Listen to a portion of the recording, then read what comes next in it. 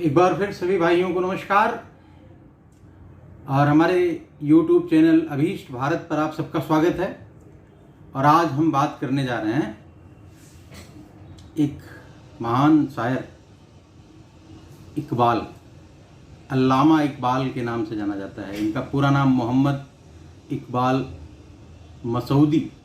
इनका बेहतरीन नगमा सारे जहाँ से अच्छा हिंदुस्तान हमारा, हम बुलबुलें हैं इसकी ये गुलसिता हमारा। लेकिन ये कम लोग जानते हैं कि भारत के टुकड़े करने में, भारत विभाजन में अगर सबसे बड़ा कोई जिम्मेदार आदमी रहा है तो अल्लामा इकबाल थे, जिन्होंने भारत माँ के 2 टुकड़े कर दिए अपने दम पर।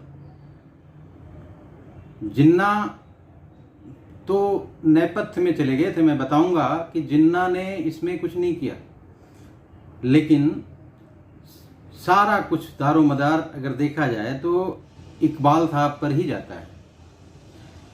और ये भी बताएंगे कि ये जहरीली शायरी जो हिंदुओं, क्रिश्चियनों और यहूदी और सब लोगों के लिए जो जहर से भरी हुई शायरी लिखने वाला है, ये शख्स जिसको अल्लामा इकबाल कहते हैं, हमारे देश में भी इनकी बहुत मान्यता है।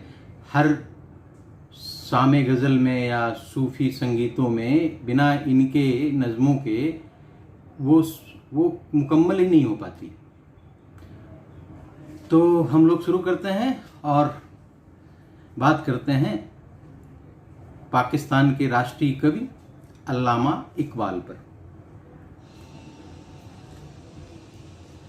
इनका जन्म 1877 में पंजाब प्रांत में हुआ था।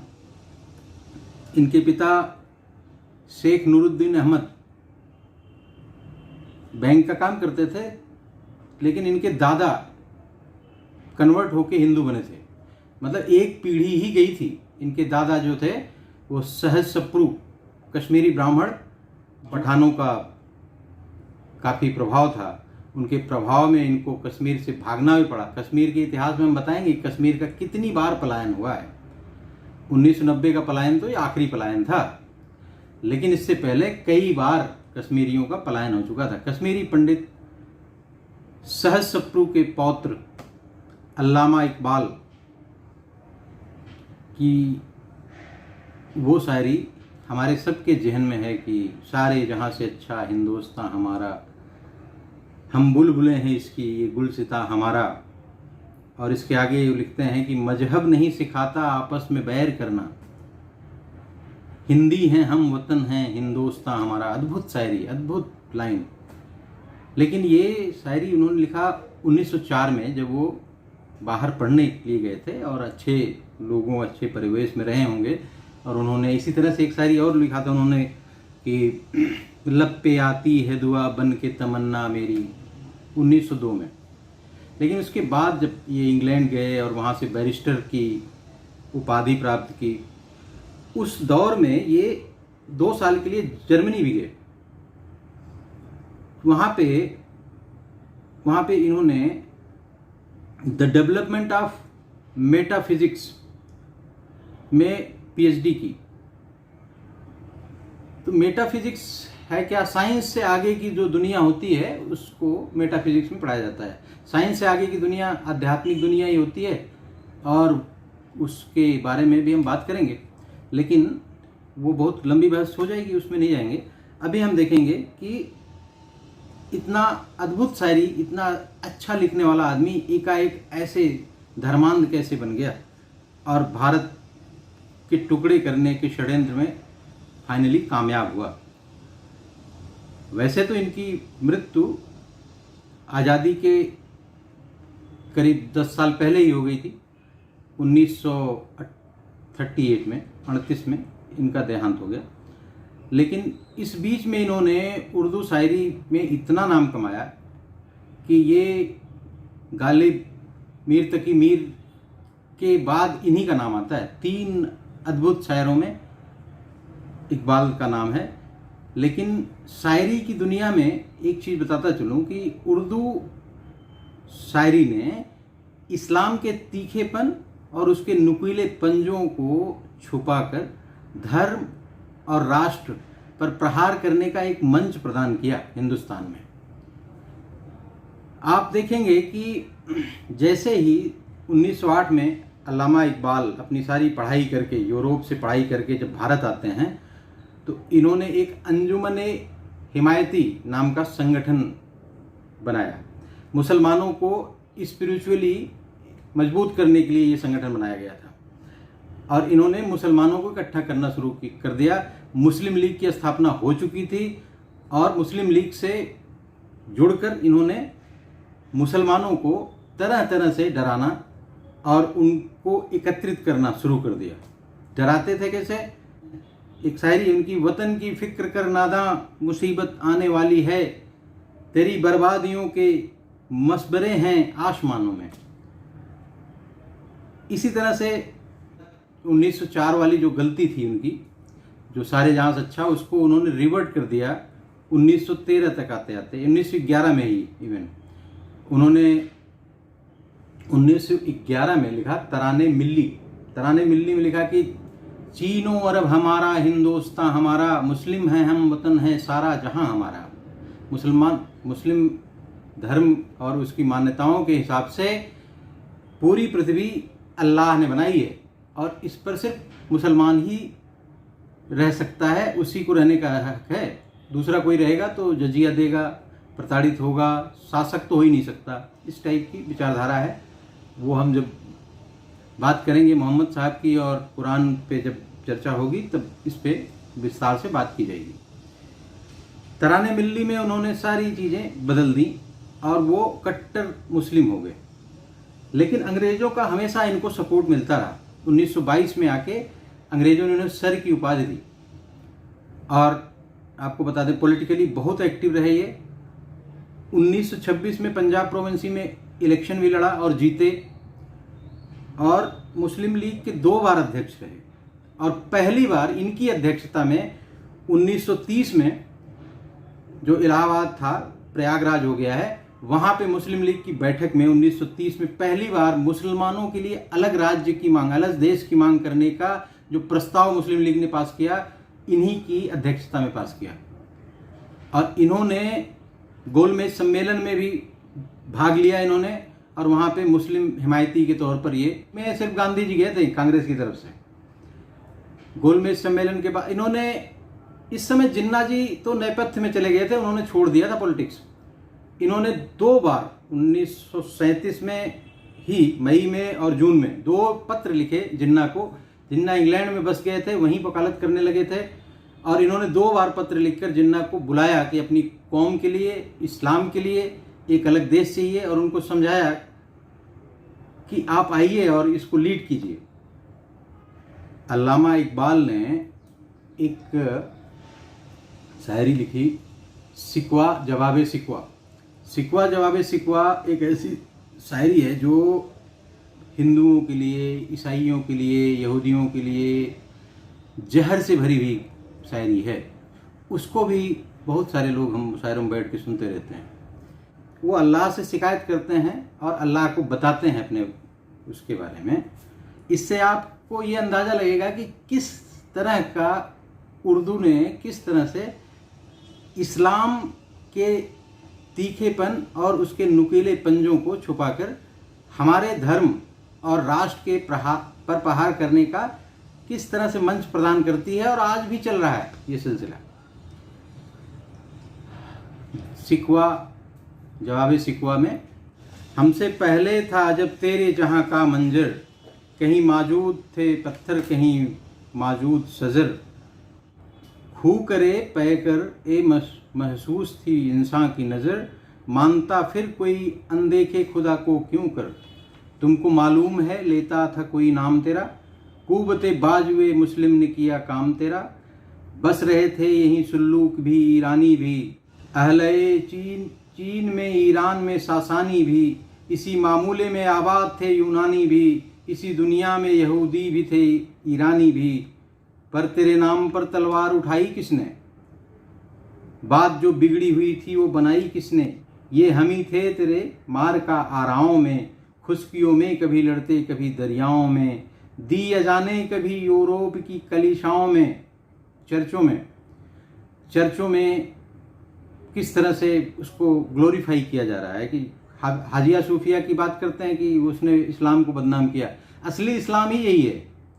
दी अजाने कभी यूरोप की कलीसियाओं में, कभी अफ्रीका के तपते हुए सहराओं में, शान आँखों में नजस्ती थी जहांदारों की, कलमा पढ़ते थे घनी छाँव में तलवारों की।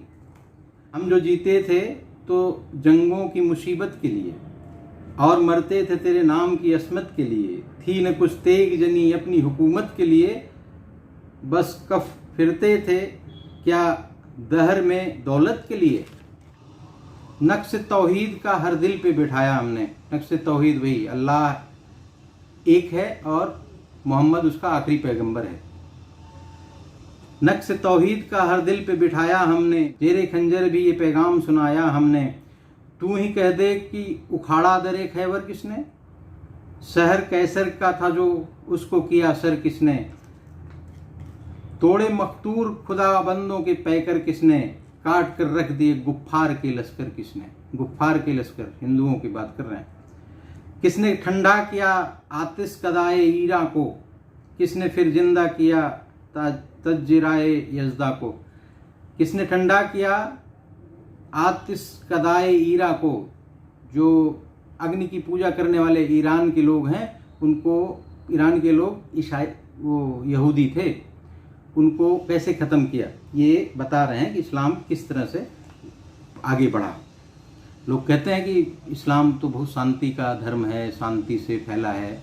उसी के बारे में उनके उलेमा लोग, उनके मौलवी लोग, उनके ज्ञाता विद्वान लोग क्या कहते हैं, इसको उन्हीं से सीखिए। गांधी के चेले चपाटे क्या बोल रहे हैं उस पर जाने की जरूरत नहीं है हमें। हमें उनके लोग क्या कहते हैं उससे देखना है।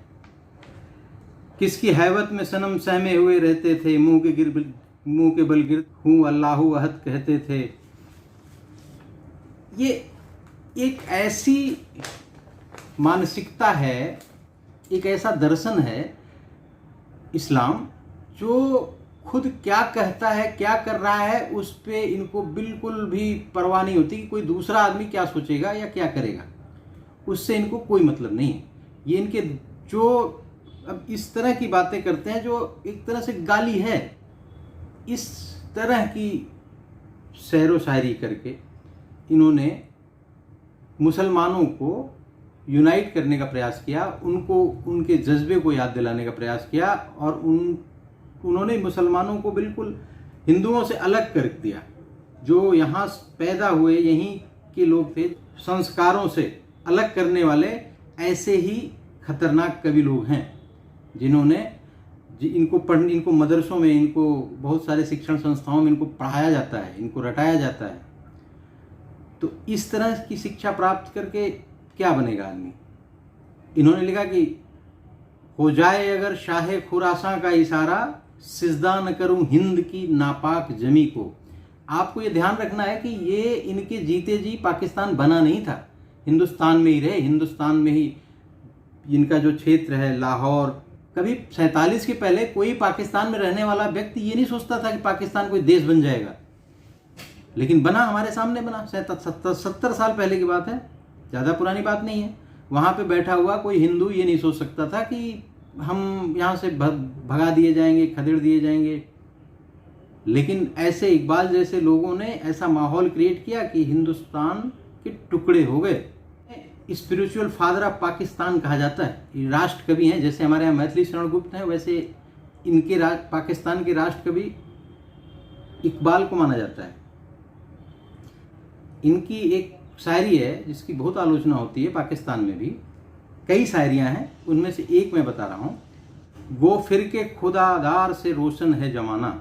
ये यहाँ तो मानते हैं कि जो फ्रीडम है उसकी वजह से, अल्लाह ने जो बख्शी है फ्रीडम, उसकी वजह से रोशन है ज़माना।